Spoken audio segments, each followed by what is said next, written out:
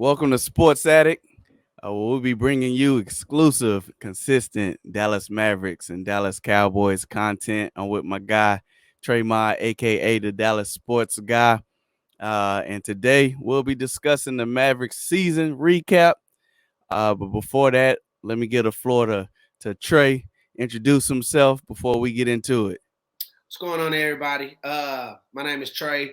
Been a Cowboys fan, Dallas Maverick fan my entire life. It's a passion of mine to talk about them. So Ryan and I, my best friend since forever, we decided to go ahead and make a podcast and share our content with the world. So welcome, thank you for joining us here at Let's do it. Sports Attic and subscribe. Absolutely. Let's do it. Let's do it. So we all see that we had our season came to an end with the Mavericks. We made it to the Final Four Western Conference Finals. Hadn't done that since we won the championship in 2011. Mhm. And just in totality of the season, I don't want to be a homer, but you can't help but to be proud of what we were able to accomplish. All the uncertainty going into the season, new head coach, big time mid-season trade. But just give me your perspective of the season. I know Trey is, if there's 82 games in the season, Trey's in the scene 78 of them. So over the course of the season, what changes did you see? And did you really, besides being super optimistic, did you really see the Dallas Mavericks getting as far as they did? To answer your last question first, no, I didn't. I didn't think that we were going to get to the Western Conference Yeah. Championship. I was hoping that we get there, right? But I mean, coming into the season this year, Ryan, I mean, we started off bad. We had a lot of COVID. Luka came in out of shape, and there was Yeah. a lot of people wrote about that. Even though he was out of shape, I think he was still averaging like 24, 9, and 9 during those games, right? We were stricken by COVID. Um, I think we were like 13 and 18 going into January 1st Yep. of this year, and then we turned on the knob. Um, Kids started focusing more on defense, and I think the biggest thing that happened this year to take the Mavericks to where we ended up at was the Porzingis trade. I For think that sure. when the Mavericks brought in Nico Harrison, he was kind of handicapped because the summer was already in place and he had a Yep. roster in place that he needed to cook. So I think it took him some time to get to the deadline the way we can actually break that contract down into two players, which was Bertans and Dinwiddie. And then I think Jason Kidd ended up altering our offense. At that point, since we had one less big man, we spread it out. We opened up the court, Yep. which is Luka's strength. It's actually 5 out. Dinwiddie's strength, and it's Yep. also um, Brunson's strength. So we turned into an ISO team. I think that's something that we're going to tweak going into next year. For But sure. but it got us as far as we got to this year. So if you're asking me the question of was this year a success or not, it was an absolute success. It was a phenomenal success. I hope that we can build on it this offseason, grab us a rim protector, maybe a score, and we'll be looking to compete for the championship next year. And I forgot when I was talking about the different changes over the season, I forgot to talk about the addition of Nico Harrison as a GM. And right when we saw the Porzingis trade, we thought that was more down the road of maybe seeing the fruits of that labor of that trade to show itself down the road. We thought that was gonna. We saw the combination of Luka and Kristaps for enough to see that this kind of has a ceiling on it. And I'm not gonna lie, we were very excited when that combo got together, but it didn't really work out, which is fine. And we thought the Dinwiddie and Bertans trade was something more for creating space down the line. Right once we get those contracts off the books, to do something. But no, you tapped into something.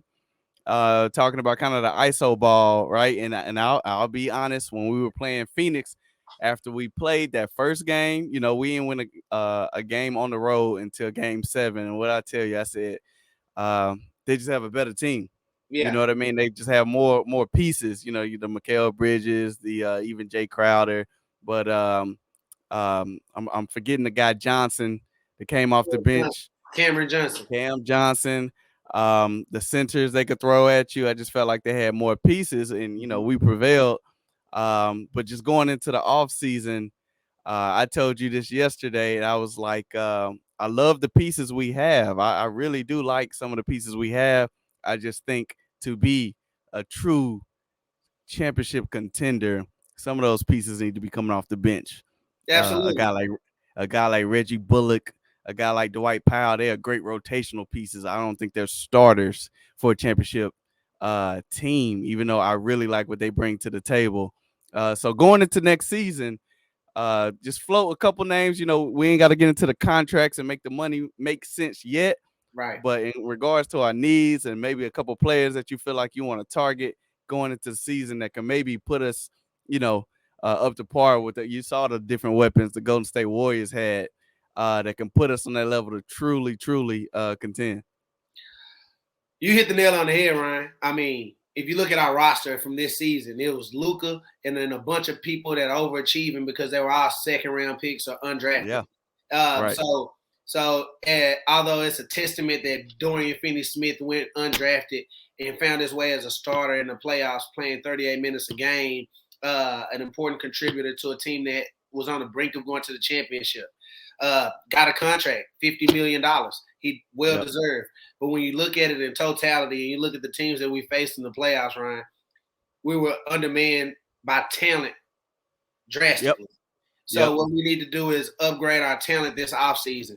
So, I mean, you said Powell. I mean, I think that Powell needs to go. I mean, I don't think he serves a purpose. Anytime I feel like you're a player on a team and you make it to the playoffs and you find your way out of the rotation, you probably need to be replaced in the offseason. But with that said, I mean, I think it's simple. The Mavericks need to bring in another scorer, someone who can get buckets when Luka is either out the game and someone who Luka respects enough to get buckets while Luka's in the game. Sure. He needs to be able to play off the ball and on the ball. And maybe even more importantly than that, we need a rim protector. We need a guy that can control the boards, a guy that can protect the rim, a guy that can move his feet off of screens, because in the playoffs, the game just turns straight into let's search for a mismatch. As you can see, the Mavericks took advantage of Gobert. We took advantage of Aiden. And the reason that the Mavericks lost in the playoffs was because they could not take advantage of Kevin Looney. So although Kevin Looney isn't as good of a player as that we would say Gobert is, his skill set renders better in the playoffs than Gobert does. Absolutely. So Absolutely. I told you about this. I've been texting everybody and telling anybody who listened to me. The Mavericks need to target Jalen Smith. Jalen Smith out of Indiana. That's the guy. $6 million a year. That's all we got to pay him. Go get it done, Nico. I trust you. Nico, tell him a little more about Jalen Smith. So I did see a little bit of Jalen when he was in college. I'm in the D.C. area, so the Maryland Terps games are on quite a bit, and I caught some games and saw Jalen live. Like you said, big body, big center, can protect the rim, rim runner. I'd like to see his jumper. I'd be lying to say I can see if he can stretch the floor. Now, I have not seen that yet, just because maybe he wasn't doing that really so much at Maryland, but I can't recall. So I'd be lying to say, and that's something that we clearly need in our offense, is that spacing. But no, I'm all for it. And Nico actually on the exit interviews actually pointed that out, saying that he felt like we lost on the boards and that we need a rim protector, and that was going to be a big priority of the offseason. But it just feels good to follow organization and know that they have a plan, right? And that gives me hope going forward, and makes me definitely feel comfortable that we are, this was, I think, just a starting point for so many different reasons. Even J Kidd alluded to it, and I think he was talking strictly and straight to Luka when he said, yeah, absolutely, getting in shape and understanding what it takes to play in May and in June. As you saw, Luka, he always gets frustrated with refs, but miss a shot, don't feel like he didn't get a call when getting back on defense, maybe because he was gassed. I understand that load is crazy to carry when you're talking about trying to drop 40 on offense and they're attacking you on defense.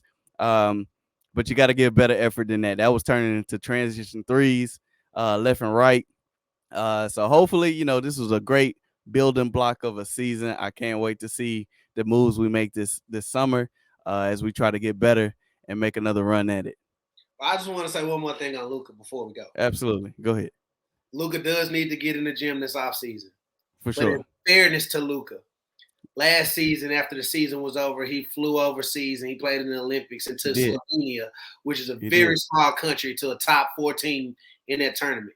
He did. He needed some rest, and maybe he overdid his rest, and the season turned around quick on him. And it's actually going to do that the same, because I found out that he was going to be playing in the World Qualifiers this offseason as well. But he does need to come back in shape. Absolutely. He is one of them ones, Ryan. He's one of them Absolutely. ones. There's no question about that. So when you We got one got of us them one. ones, when you have one of them ones, you have to deal with some stuff that you wouldn't want to deal with from And somebody he's else. young. And he's young. He's learning. He's learning. So I just And you want know to what's put that crazy as about that is the Slovenia portion. I'm glad he had to go play over there because I don't know what Luka would have been doing if he had the time off. Now I'm in a positive like that you Charles don't have Barkley. that skill set without working on your game. I don't doubt that Luka gets in the gym and works on his game. I'm talking about strictly conditioning. You know, Mm-hmm. to lose some weight a little bit, and I want him to keep that strength that he has to be in the post. But I think we can all see the difference when we physically look at Luka and be like, "Oh, he in some shape right now," I don't versus think when we'll he kind ever of get there. I don't think that'll ever happen. I don't think we'll ever look at Luke and say, man, he's been in the gym. I don't think that'll happen. Luka shape though. I'm talking about Luka shape. I don't need him to be super skinny. There are certain phases when you see him and you're like, he's been working out. He's kind of in some shape. Luka shape. I don't need him. You know, he has a body type. He got that Paul Pierce body type. He ain't gonna never be chiseled. I don't want him to lose a ton of weight where he's losing his strength. Being able to, have an advantage in the post. But just the conditioning, you saw he kind of wore down a little bit towards the end of that series, and I get it. Just came out of a 7-game series, but that's what it takes. You know what I mean? Possibly to get it done in June. But Mm-hmm. I really, really enjoyed this season as a fan. We'll continue to cover. We got a bunch of topics coming up. We'll get into later on the Jalen Brunson contract and the other additions we're talking about adding to the team. And I look forward to getting into all of that and seeing what our outlook looks like for the Mavs. Before we get out of here, Trey, you got any last parting words before we link with the fans again? First podcast that we put together. Yes, sir. I hope that you, as viewers, take heed to it. Like and subscribe, man. Support the vision. We do this for a passion, right? So, comment.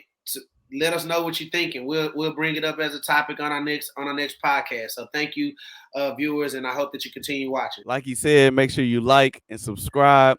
We're bringing you Dallas Mavericks and Dallas Cowboys content. Salute. Salute.